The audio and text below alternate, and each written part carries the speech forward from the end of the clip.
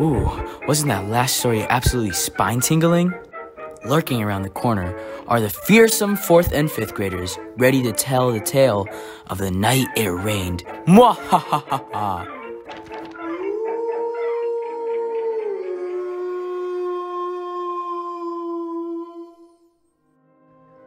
The night it rained. It was late at night, and a man was driving home from a long day's work.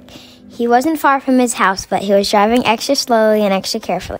It was raining pretty heavily outside. It was late October. Downpour. The rain was cold and drenching. It was the type of weather you did not want to be caught outside in. The man was only a few blocks from home when he drove past a cemetery. Standing outside the cemetery gate was a young boy, about 10 years old. The man pulled over his car. Hi there. Are you out here by yourself? Would you like a ride home? Oh, yes, please, mister. The boy was so grateful to be out of the rain. I live over on Wolf Pit Road, not too far from the school. The boy sat in the back seat of the man's car, and he was shivering. You poor thing. You must be close to the bone. It sure is a cold night tonight. Here, look into the seat next to you. I think I have a nice thick sweater that you could put on. Gee, thanks. The boy wrapped himself up in the red wool sweater, and soon he stopped shivering. The two of them drove to where the boy said he lived, but they did not talk much beyond giving and receiving directions. Turn left here. Turn left here. That's my house. The yellow one with the one with the tall oak tree in front. The man pulled into the boy's driveway, and the boy got out of his car. He started to take off the man's sweater, even though he was still cold and wet. Keep the sweater on. They could come back and pick it up tomorrow. Okay.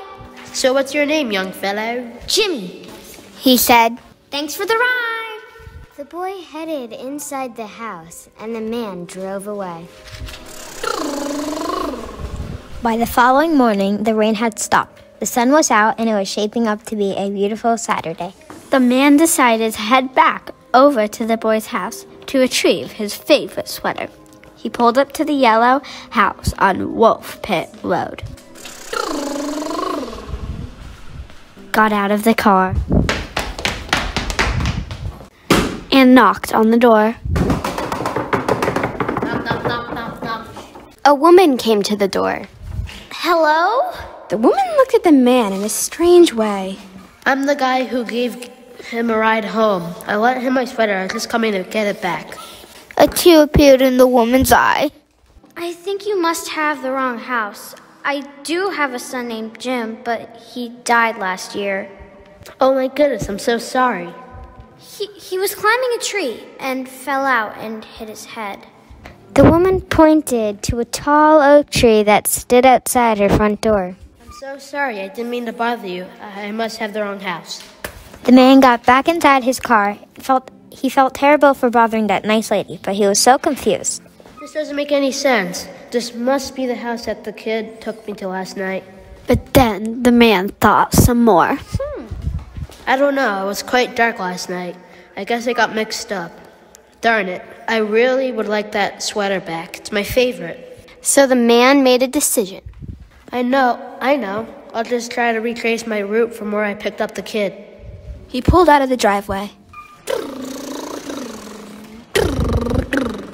and headed back to the cemetery where he first saw the boy standing outside the gate.